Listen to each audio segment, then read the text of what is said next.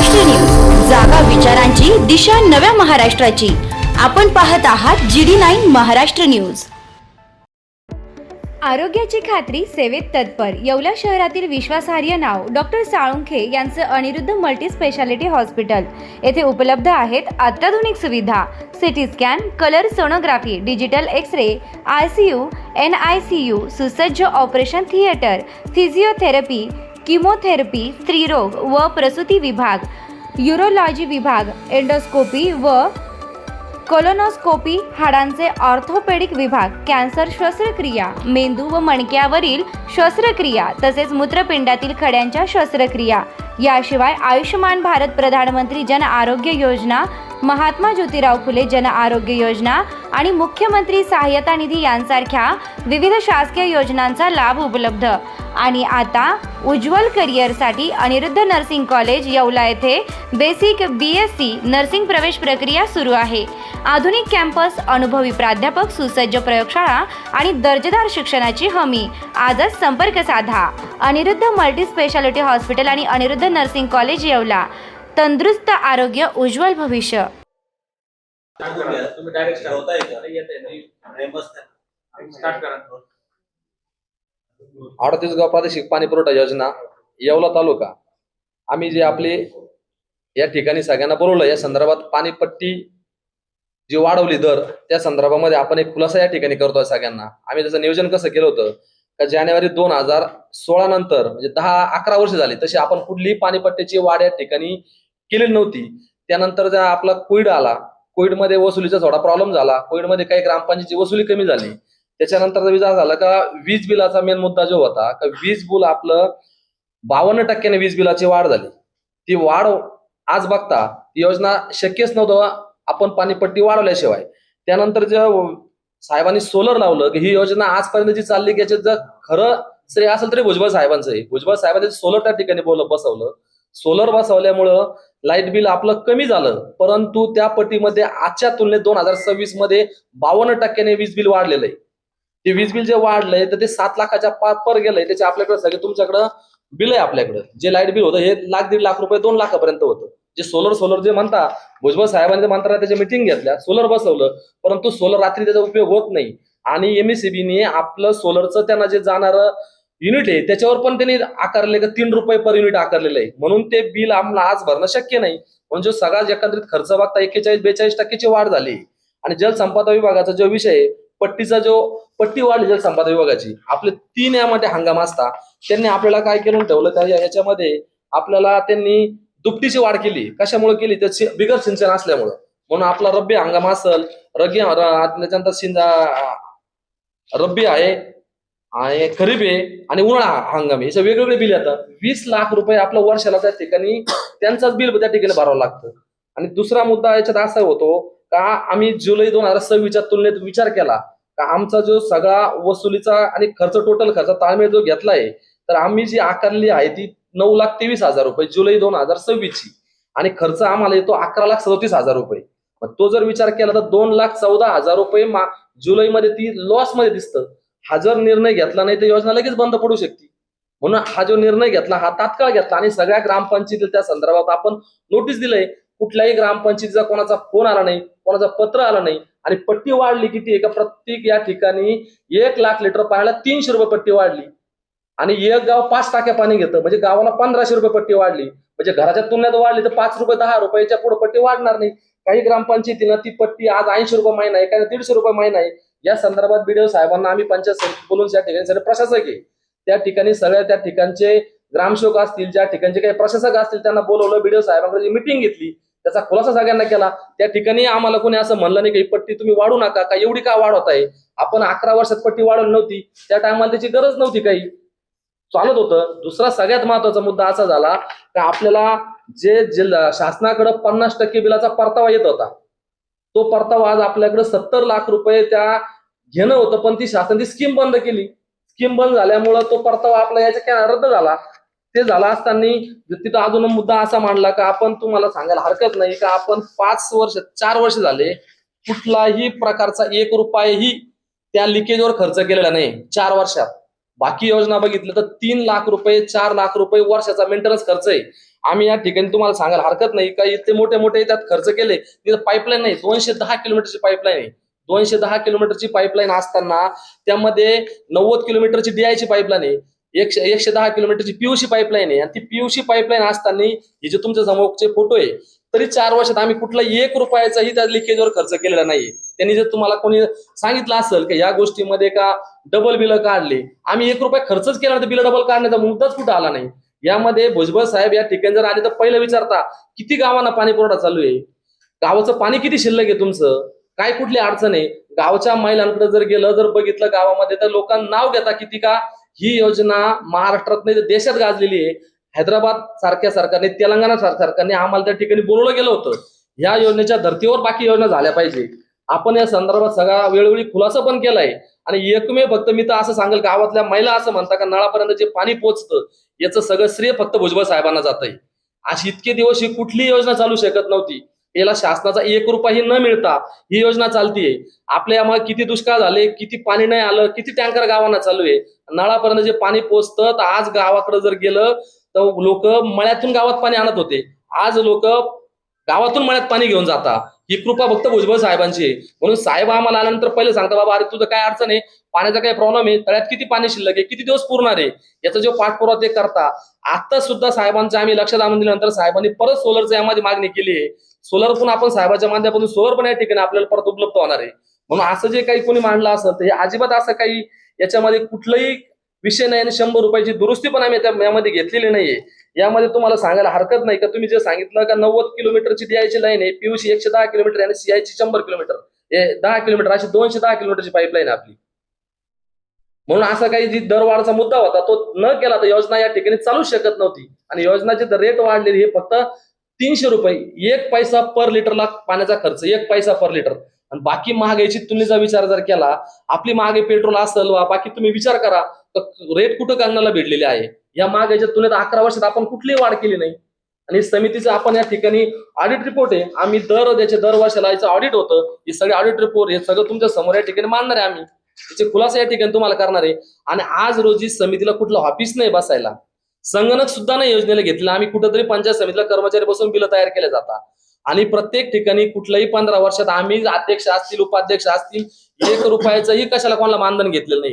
ग्रामपंचायत सदस्य असतील, सरपंच असतील, पंचायत समिती लोक असतील, यांना मानधन आहे. या संदर्भात आम्ही अजून शासनाकडे 10 वर्षापूर्वी एक मागणी केली होती तर सदर समिती परत पुनर्गठन करायची ठरली तर कशी केली पाहिजे. अशी समिती कुठंच केलेली नाही. आपल्या योजनेवर सगळे लोक करताय. आम्ही जिल्हा परिषदेला पत्रव्यवहार केलाय, मंत्रालयात पत्रव्यवहार केलाय. या संदर्भात आम्हाला खुलासा केला पाहिजे तुम्ही हे कसं नियोजन करायचं, नवीन कधी करायची झाली तर कशी गठीत करायची. या संदर्भात आम्ही पत्रव्यवहार केले, त्याचे सगळे तुम्हाला आमच्याकडे पुरावे ते पण आम्ही तुमच्याकडे या ठिकाणी देतो. एक प्रामुख्याने एक आरोप करण्याची आहे आणि दिवसांपासून तेच अध्यक्ष तेच म्हणून तुमच्यावर असा आरोप करण्यात आला की ही समिती अनेक दिवसांपासून तेच अध्यक्ष आहेत, तेच आहेत. कुठल्या धर्तीवर ही समिती नेमण्यात आली होती आणि ही समिती बेकायदेशीर आहे असं आरोप करण्यात आला, यावर काय सांगता? मुद्दा समजून घेतला पाहिजे. याची पार्श्वभूमी अशी की 2009 साली जेव्हा MGPने ही योजना पूर्ण केली त्यावेळेस ही योजना जिल्हा परिषदने चालवायला घेतली पाहिजे होती. तत्कालीन जिल्हा परिषदने असा ठराव केला की ही योजना चालवणं जिल्हा परिषदेच्या उत्पन्नाला शक्य नाही. त्यामुळे मग ही योजना कोणी चालवायची म्हणून हा आदरणीय भुजबळ साहेबांनी कॅबिनेटला विषय घेतला आणि महाराष्ट्रातली एकमेव ही योजना प्रायोगिक तत्वावर ही त्या 38 गावच्या लोकांची समिती करायची आणि त्या समितीने ती योजना चालवायची असं त्यावेळेस ठरलं. ते ठरल्यानंतर त्यावेळेस आपले राधाकिसन आप्पा सोनवणे जिल्हा परिषदेचे अध्यक्ष होते, संभाजीराजे पवार पंचायत समितीचे सभापती होते. त्यांच्या उपस्थितीत येवला पंचायत समितीला मीटिंग झाली. 38 गावच्या सरपंचामधून सचिन भाऊची अध्यक्षपदी आणि माझी उपाध्यक्षपदी निवड झाली. तिथून पुढे 1 एप्रिल 2012 पासून हा कारभार सुरू झाला. त्याच्यानंतर आम्ही शासनाला पत्र दिलं की ह्या योजनेचा कार्यकाळ कधी समितीचा कार्यकाळ कधी संपणार आहे आणि ही नवीन समिती कशी गठन करणार आहे याबाबत आपण शासनाला मार्गदर्शन करावं आणि आम्ही कामकाज करावं की थांबवावं याबाबत पण आम्हाला आदेश हवे. शासनाकडनं आम्हाला कोणत्याही बाबत तुमचा कार्यकाळ संपलेला आहे किंवा तुम्ही काम करू नका असं कोणत्याही प्रकारच्या सूचना आलेल्या नाही. हा पाण्याशी संबंधित जिव्हाळ्याचा महत्त्वाचा विषय आम्ही उद्याही कामकाज बंद केलं, मग लोकांना पाणी कसं भेटणार? आज येवला तालुक्यामध्ये 12-13 गावांना टँकर चालू आहे. या ठिकाणी आपण 59 गावांना पाणी पुरवठा करतो. ही योजना मोडकळीस येईल आणि शासनाचे जे आदेश आहेत त्याच्याप्रमाणे आम्ही काम करतो. याचा आदरणीय भुजबळ साहेब हा 8 दिवसाला आढावा घेत असतात कामकाज कसं सुरू आहे याचा. सोलर बसवलेला असताना पाणीपट्टी वाढता बघ. नाही, मुद्दा असा आहे की 2015 साली आम्हाला लाईट बिल किती येत होतं, तर साधारण 3-3.25 लाख रुपये महिन्याला येत होतं. आज 10 वर्षात विजेचे दर इतके वाढलेले की आज ते बिल जवळपास 7 लाख रुपये येतं. आज जर सोलर बसवलेलं नसतं तर आम्हाला 7 लाख रुपये लाईट बिल भरावं लागलं असतं. पण आज सोलर बसवलेलं असल्यामुळे आम्हाला 3 लाख रुपये लाईट बिल भरावं लागतं. त्यावेळचे विजेचे दरच मुळात 3 लाख रुपये होते. सोलर बसवलेलं असलं तरी त्याचा फायदा आज या ठिकाणी आम्हाला झालेला आहे. झालेल्या आमसभेत जे 38 गाव पाणी पुरवठा योजना आहे, त्या योजनेमध्ये बोगस बिलं काढून भ्रष्टाचार झाल्याचा आरोप झाला आहे. तो केवळ राजकीय विरोध म्हणून होतोय की त्याचं वास्तव नेमकं काय आहे? येवला 38 गाव योजना ही भारतातली 1 नंबरची योजना आहे. वर्ल्ड बँकेने जो सर्वे केला 2015-16 साली, त्यावेळेस भारतातली ही 1 नंबरची योजना म्हणून त्यांनी जाहीर केलं. म्हणजे हे येवलेकरांसाठी एक कौतुकाची बाब आहे की भुजबळ साहेबांनी हाताळत असलेली योजना भारताला आदर्श ठरलेली. तेलंगणा राज्याने त्यांच्या कॅबिनेटला ठराव केला की येवल्याच्या 38 गाव योजनेच्या धर्तीवर आपल्या राज्यातल्या योजना तयार करायच्या आणि समितीमार्फत चालू. आज खरं म्हणजे आपल्या येवलेकरांचं हे दुर्दैव आहे की या योजनेवर असे आरोप केले जातात. आपला कारभार इतका पारदर्शक आहे की तो कधीही त्यांना पाहायला भेटेल.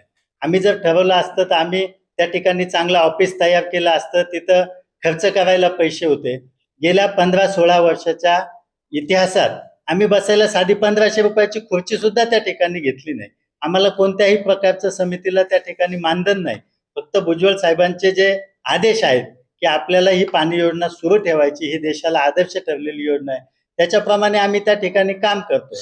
लिकेजेसचा विषयाला खर्च करायचा विषय येतच नाही, कारण आपण जे कॉन्ट्रॅक्टर नेमलेले त्या कॉन्ट्रॅक्टरने वार्षिक छोटे मोठे लिकेजेस जे असतील ते त्याच्यामध्ये करायचे, ते स्वतःच करतात. पैसे देण्याचं कुणाला कारणच येत नाही. पाण्याच्या शुद्धतेबाबत देखील प्रश्नचिन्ह निर्माण करण्यात आले. हळू मिश्रित पाणी येते असे काही गंभीर आरोप करण्यात आले. पाण्याच्या शुद्धतेबाबत आमच्याकडे कुठल्याही प्रकारची एकही तक्रार आलेली नाही. कधी तक्रार आली असेल तर आम्ही समितीचे अध्यक्ष, उपाध्यक्ष, BDO साहेब आम्ही त्या ठिकाणी जाऊन त्या शंकेचं निरसन करतो. परंतु जर काही ठिकाणी राजकीय आळया निर्माण झाल्या असतील तर त्याच्या आमच्याकडे काही तक्रारी आलेल्या नाही, त्याचं पण आम्ही निरसन करतो. आणि अशा समितीवरती तो गावचा सरपंच किंवा उपसरपंच असणं असा बंधनकारक आहे, असा काही नियम आहे? नाही, असं आहे की या समितीचे जे 38 गावांचे सदस्य आहे हे त्या गावचे पाणी पुरवठा व स्वच्छता समितीचे अध्यक्ष असले पाहिजे, सरपंच असले पाहिजे असं नाही. पण कायद्यात असं आहे की सरपंच हे पदसिद्ध त्या समितीचे अध्यक्ष असतात त्या गावचे. पण ज्या सरपंचांना वाटतं की आपल्याला स्वच्छता समितीचं पाणी पुरवठ्याचा अध्यक्ष व्हायचं नाही, ते सरपंचाच्या परवानगीने इतर गावातील कोणत्याही व्यक्तीला ग्रामसभेचा ठराव करून त्या स्वच्छता समितीचे अध्यक्ष करतात. आणि आज मी माझ्या विखरणी गावचा स्वच्छता पाणी पुरवठा समितीचा अध्यक्ष आहे. सचिन भाऊ त्यांच्या उंदेवाडीचे पाणी पुरवठा स्वच्छता समितीचे अध्यक्ष आहे. थोडक्यात ही समिती कायदेशीर आहे असं त्याचं. निश्चितच कायदेशीर आहे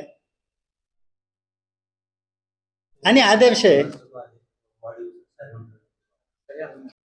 आणि सध्या जे आहे म्हणजे एकंदरीत अचानक तुम्ही 30% वाढ केलेली आहे, तर ते लोकांमध्ये अफोर्डेबल आहे का? मूळ मुद्दा असा आहे, ज्यावेळेस ही योजना तयार झाली ही 38 गाव पाणी पुरवठ्यासाठी योजना होती.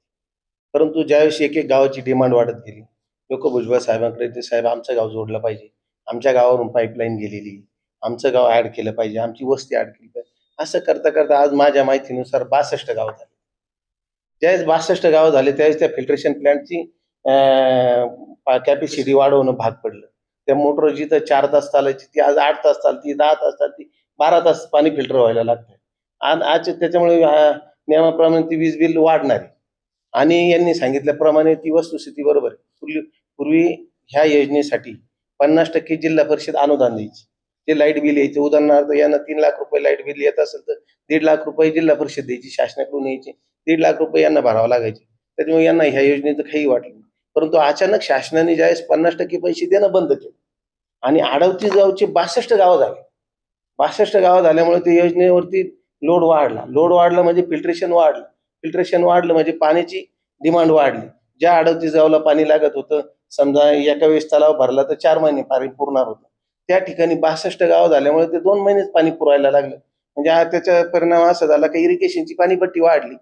आणि मेन मुद्दा कसा आहे, काही इरिगेशनला पावसाळ्यामध्ये पाणीपट्टी कमी असते, त्यावेळेस पुराचं पाणी मिळतं, पाणीपट्टी कमी असते. परंतु आपल्याकडे जनरली पावसाळ्यात कमी पाणी लागतं, डिमांड कमी असते. परंतु आपल्याकडे डिमांड ही उन्हाळ्यात जास्त वाढल्या जाते आणि उन्हाळ्यात वाढल्यानंतर ते कमर्शियल रेट हा इरिगेशनचा लावला जातो. पाणीपट्टी मोठ्या प्रमाणात त्याचे पैसे हे करतात. हे सगळं करत असताना ज्यावेळेस यांचे 50% वीज बिल माफ बंद झालं, त्याच्यानंतर यांच्यावरती लोड वाढलं. मध्ये भुजबळ साहेबांनी मिटिंग घेऊन शासनाच्या माध्यमातून सोलर निर्माण केल्यानंतर बऱ्यापैकी यांचं लाईट बिल त्याच्यामध्ये कमी झालं. परंतु हे 62 गाव वाढल्यामुळे जो विजेचा दर वाढला, विजेची डिमांड वाढली, त्याच्यामुळे ती योजना चालवणं आज मी तिला 30% वाढ केल्याशिवाय शक्य नाही. याने तसं तर 50% करायला पाहिजे या मताचं मी, कारण मी पण अनेक संस्था चालवतो. त्याचं कारण असं आहे, ज्यावेळेस येणारा आणि जाणारा हा खर्च मिळ कुठेतरी बसला पाहिजे. परंतु साहेबांनी सांगितलं की बाबांनो, जनतेवरती लोड आला नाही पाहिजे, आपल्याला सगळ्यांना पाणी द्यायचे, त्याच्यामुळे यांनी ती 30%च वाढवली आणि ती योग्य, असं काही गैर नाही असं मला वाटतं. कारण त्याचं कारण असं आहे का, आपण जनरली पाहिलं असेल, महाराष्ट्रातल्या अनेक योजना, पाणीपुरवठा योजना तयार झाल्या, त्या आज बंद पडलेल्या आहेत. कुठे पाईप बंद पडले, कुठे मोटर, कुठेही ठाव ठिकाण नाही. ही एकमेव योजना अशी तर ती चालू आहे. आणि ह्या योजनेसाठी माझ्या ते 8-10 वर्षापूर्वी पण एक असा वाद निर्माण झाला होता. त्यावेळेस या कमिटीने, मी पण मुंबईला गेलो होतो, त्यावेळेस पाणी पुरवठा मंत्र्यांना पण पत्र दिलं आणि अश्विन कुमार का अरुण कुमार कोणीतरी पाणी पुरवठा सचिव होते, मालिनी शंकर मॅडम होते. आम्ही जिल्हा परिषदेला दिलं. जिल्हा परिषदेच्या मीटिंग मध्ये बाळासाहेब गुंड त्यावेळेस जिल्हा परिषद सदस्य होते. तिथं असा चर्चेला विषय आला का बाबा या कमिटीला आपल्याला पुनर्वसन करण्याचा अधिकार नाही, आपल्याला राज्य सरकारकडे याचं मार्गदर्शन मागावं लागणार आहे. त्यानंतर जिल्हा परिषदेने पण स्टँडिंग कमिटीमध्ये ठराव करून तसं मार्गदर्शन मागण्यासाठी राज्य सरकारकडे पत्रव्यवहार पण केलेला आहे. त्यावेळेस वाढती महागाई लक्षात घेता जे आहे, जी वाढलेली पाणी आहे, तर आता ज्या ठिकाणी आमसभा झाली त्याच्यामध्ये गट विकास अधिकारी आहेत, त्यांनी तात्पुरती त्याला स्थगिती दिली आहे वसुलीला. आणि जर भविष्यामध्ये विरोध जर वाढला तर त्याच्यावरती पुनर्विचार होणार आहे का वाढी पाणीपट्टीवर? नाही, आता ते गट विकास अधिकाऱ्यांनी स्थगिती दिली नाही दिली मी ते काय पाहिलं नाही. काहीतरी चुकीचं बोलणं योग्य होणार नाही. माझ्यापर्यंत तो विषय आलेला नाही, स्थगिती दिली का नाही दिली त्यातलं काही मला माहिती नाही. त्यांनी असं सांगितलं होतं की समितीची पाणीपुरवठा समितीची 38 गावची समितीची बैठक घेऊ आणि त्यानंतर निर्णय घेऊ, असं तोपर्यंत ही वाढ थांबवतं असं. नाही, मी आता ते पूर्ण ऐकलंच नाही तर काहीतरी चुकीचं बोलणं योग्य होणार नाही ना. जर ऐकलेलं नाही, त्यांनी काय स्टेटमेंट केलेले ते मला माहित नसल्यामुळे मी चुकीचं बोलणार नाही त्या विषयावर. त्या दिवशी झालेल्या आढावा बैठकीमध्ये आपण असं जाहीर केलं होतं की समितीची बैठक होईपर्यंत जी वाढलेली पाणीपट्टी मी स्थगिती देतोय किंवा आकारणी देणं, नेमकी याबद्दल संभ्रम निर्माण झालेला आहे, याबद्दल आपण खुलासा करा. सगळ्यात महत्वाची गोष्ट जी आहे, ही जी 38 गावे पाणी पुरवठा योजना आहे, तर या समितीची निवड कशी होते याच्याबद्दल पहिल्यांदा मी आपल्याला क्लिअर करतो. प्रत्येक ग्रामपंचायतीमध्ये एक स्वच्छता, आरोग्य आणि पाणी पुरवठा समिती असते. सरपंच हे जे असतात त्याचे पदसिद्ध अध्यक्ष असतात आणि ग्रामपंचायत अधिकारी असतात ते त्याचे सचिव असतात. या व्यतिरिक्त ग्रामसभेला जर असं वाटलं की याच्या व्यतिरिक्त ते ग्रामसभा दुसऱ्या व्यक्तीची सुद्धा त्या ठिकाणी पाणी पुरवठा स्वच्छता समितीच्या अध्यक्षपदी निवड करू शकते. मग 38 गाव योजनेमध्ये ज्या सर्व ग्रामपंचायती ज्या आहेत, ज्या या ग्रामपंचायती 38 गावे पाणी योजनेत समाविष्ट आहेत, त्या सर्व ग्रामपंचायतीच्या स्वच्छता, पाणी पुरवठा आणि आरोग्य समितीचे अध्यक्ष आणि सचिव हे जे आहेत, तर यांच्या माध्यमातून ही जी 38 गावे पाणी पुरवठा योजना आहे, तर यांच्या अध्यक्ष आणि सचिव, उपाध्यक्षांची त्या ठिकाणी निवड होते. तर आता तालुक्यामध्ये अशी किंवा महाराष्ट्रामध्येच अशी परिस्थिती आहे की आता बहुतांश ग्रामपंचायतीमध्ये त्या ठिकाणी नियमित सरपंच नाहीत. त्या ठिकाणी जे नियमित सरपंच होते त्यांना प्रशासनाने एक 6 महिन्यासाठी मुदतवाढ दिलेली होती. आता ती मुदतवाढ सुद्धा त्या ठिकाणी संपून गेलेली आहे. म्हणजे स्वच्छता आणि गाव पातळीवर काम करणाऱ्या स्वच्छता, आरोग्य आणि पाणी पुरवठा समित्या ज्या आहेत ते सध्या तरी त्या ठिकाणी कार्यरत नाही. ज्यावेळेस आता या संदर्भामध्ये ह्या समितीचं पुनर्गठन करायचं असेल किंवा त्याच्यामध्ये काही निर्णय घ्यायचा असेल तर या समितीचे जे अध्यक्ष आणि सचिव यांची त्या ठिकाणी मीटिंग घेण्याची आवश्यकता आहे. परंतु या समित्याच कार्यरत नसल्यामुळे आता जी 38 गावे पाणी पुरवठा योजनेची जी कार्यरत समिती आहे त्यांच्या माध्यमातूनच आपल्याला त्या ठिकाणी निर्णय घेणं आवश्यक आहे.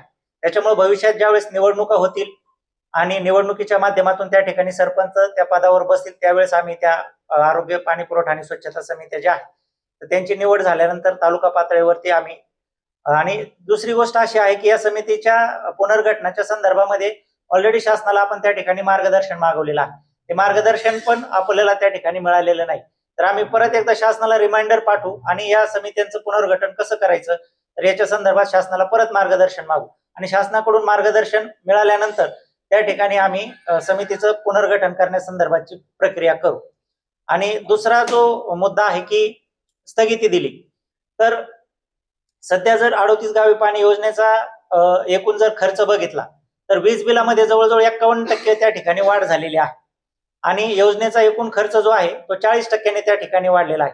त्याच्यामुळे ही योजना जर आपल्याला कार्यरत ठेवायची असेल तर ही वाढ करणं त्या ठिकाणी गरजेचं आहे. आता मी त्या दिवशी त्या ठिकाणी असा स्टँड घेतला की जोपर्यंत या 38 गावचे सरपंच आणि सदस्य सचिव आहेत त्यांची आम्ही एकत्रित म्हणजे बैठक लावून जोपर्यंत आम्ही काही निर्णय घेत नाहीत तोपर्यंत आम्ही याच्या जी वाढ केलेली आहे 30%ची त्याला तात्पुरत्या स्वरूपामध्ये आम्ही वसुलीला स्थगिती देऊ. परंतु आता 38 गावाच्या अंतर्गत ज्या ग्रामपंचायती आहेत तिथं स्वच्छता आणि पाणी पुरवठा समित्या ज्या आता कार्यरत आहेत तर त्या अस्तित्वात नसल्यामुळे त्यांची आता बैठका घेण्याचा या ठिकाणी प्रश्नच येत नाही. त्याच्यामुळं 38 गावे पाणी योजना जी कार्यरत समिती आहे या समितीने जी 30%ची वाढ केलेली आहे ग्रामपंचायतीसाठी आणि 20% खासगी प्रयोजनासाठी तर ही वाढ आपल्याला त्या ठिकाणी ही योजना जर आपल्याला चालू ठेवायची असेल तर ती वाढ त्या ठिकाणी करावीच लागणार आहे. त्याच्यामुळे त्याच्यानुसारच याच्या पुढची जी कार्यवाही आहे ती होणार आहे. तुम्ही जी तात्पुरती स्थगिती दिली होती किती दिवसांसाठी दिली होती? आता तुम्ही म्हणता की बैठक झालेली नाही. जोपर्यंत बैठक होते तोपर्यंत स्थगिती लागू राहील का? नाही. तर आता तालुकास्तरीय समिती जी आहे तर त्याचे अध्यक्ष उपाध्यक्ष आणि सचिव आणि त्यांची जी समिती आहे तर त्यांनी ते बैठक घेतलेली आहे आणि ही जी 30% वाढ करण्याचा त्यांचा निर्णय त्यांनी कायम ठेवलेला आहे. त्याच्यामुळे भविष्यात जोपर्यंत त्या समितीचं पुनर्गठन होत नाही किंवा 38 गावचे त्या ठिकाणी स्वच्छता पाणी पुरवठा समित्या त्या ठिकाणी कार्यरत होत नाहीत तोपर्यंत हा 30% दरवाढीचा निर्णय हा कायम राहणार आहे. तर ग्रामस्थांनी जो आहे तर ती पाणीपट्टी त्याच्यावरती फेरविचार व्हावा किंवा ती कमी करावी असा जर एक प्रस्ताव आपल्याकडे पाठवला तर त्या संदर्भामध्ये पुनर्विचार असा काही होईल का? आता याच्यामध्ये निर्णय गाव पातळीवर निर्णय या संदर्भात निर्णय घेण्याचा जो अधिकार आहे तर त्या गाव पातळीवरच्या स्वच्छता पाणी पुरवठा समितीचे जे अध्यक्ष आहे आणि सचिव आहेत यांनाच आहे. त्यामुळं हे अध्यक्ष सचिव जोपर्यंत अस्तित्वात येत नाहीत त्याच्यामुळे ह्या समित्यांचं जे मत आहे ग्राम पातळीवरच्या त्यांनी जर आम्हाला काही लेखी दिलं तर त्याचा आम्ही निश्चितच विचार करू. परंतु याच्या व्यतिरिक्त ज्यांचा योजनेशी म्हणजे कुठल्याही प्रकारचा काही संबंध नाही असे जर लोक त्याच्यामध्ये काही हे करत असतील कारण की योजना जर आपल्याला चालू ठेवायचा असेल तर पुढे आता महागाईचा जर विचार केला तर आपल्याला ही वाढ त्या ठिकाणी करावीच लागणार आहे. आता काही ग्रामपंचायत पट्ट्यात झाल्या त्यांना वसुलीसाठी आपण काही पाऊल आता मागच्या 2 महिन्यापूर्वी हा विषय माझ्यापर्यंत आला की बाबा आता योजनेचा खर्च आपल्याला वाढतोय तर आम्ही आता ग्रामपंचायत स्तरावर आता प्रशासकांना शासनाने स्थगिती दिलेली आहे. तर ग्रामपंचायत पातळीवर आता आमचे ग्रामपंचायत अधिकारी आहेत त्यांच्या आम्ही प्रत्येक आमच्या 15 दिवसाला महिन्याला ज्या आढावा बैठका असतात याच्या अनुषंगाने आपण त्या ठिकाणी त्यांच्या नियमित बैठका त्या ठिकाणी घेत असतो आणि बैठकांमध्ये हा वसुलीचा विषय जो आहे त्या ठिकाणी आपण घेत असतो. त्यासोबतच शासन स्तरावरून जे गौण खनिजाचं अनुदान ग्रामपंचायतींना प्राप्त होतं ते सुद्धा आपण त्यांच्याकडे काही जर थकबाकी असेल तर या योजनेकडे आपण त्या ठिकाणी खर्चासाठी वर्ग करतो. आणि याच्या व्यतिरिक्त जर काही ग्रामपंचायतींनी भविष्यामध्ये त्यांची थकबाकी जर वाढतच गेली आणि त्यांनी जर वेळेवर वीज बिल भरलं नाही तर एक शासन स्तरावरून या योजनेचा पदसिद्ध सदस्य सचिव यांना त्याने त्या ग्रामपंचायतीचे जे ग्राम निधी किंवा पाणी पुरवठ्याचे जे अकाउंट आहेत ते सुद्धा होल्ड करण्याचे मला अधिकार आहे. त्याच्यामुळे भविष्यामध्ये सगळ्यांनी वेळेवर ही जी आहे तर कर मागणी जी आहे योजनेची जी मागणी आहे तर ते सगळ्यांनी ते सर्व ग्रामपंचायतींनी त्यांचा पैसे वेळची वेळी भरण्याची आवश्यकता आहे. आपल्या लाडक्या मुलामुलींच्या लग्नाची चिंता कशाला? शिर्डी, नाशिक, कोपरगाव, मुंबई येथे लग्नासाठी जाण्याची गरज नाही. वर्मा लॉन्स घेऊन आले आहे सर्व समारंभासाठी एकमेव भव्य ठिकाण. तुमच्या जीवनाला खास आणि सुंदर अविस्मरणीय बनविण्यासाठी योग्य ठिकाणाची निवड महत्त्वाची असते. त्या प्रत्येक स्वप्नपूर्ती क्षणांसाठी वर्मा लॉन्स आहे ना. विस्तारणीय हिरवळ, प्रशस्त लॉन्स, प्रशस्त पार्किंग, अनेक सुविधा, सर्व काही एकाच ठिकाणी. Verma lawns, Yeola, Nashik road, Erandgaon. एक वेळ अवश्य भेट द्या, खात्री करा. रेस्टॉरंट वर्मा पॅलेस, येवला कोपरगाव रोडच्या आकर्षण restaurant Verma palace, luxury room, multi cuisine restaurant, भव्य banquet hall, AC room, terrace garden व स्वादिष्ट जेवण. एक वेळ अवश्य भेट द्या. आपल्या अपेक्षापेक्षा जास्त सेवा आपल्याला नक्कीच मिळेल. येवला कोपरगाव रोड, उपजिल्हा रुग्णालय.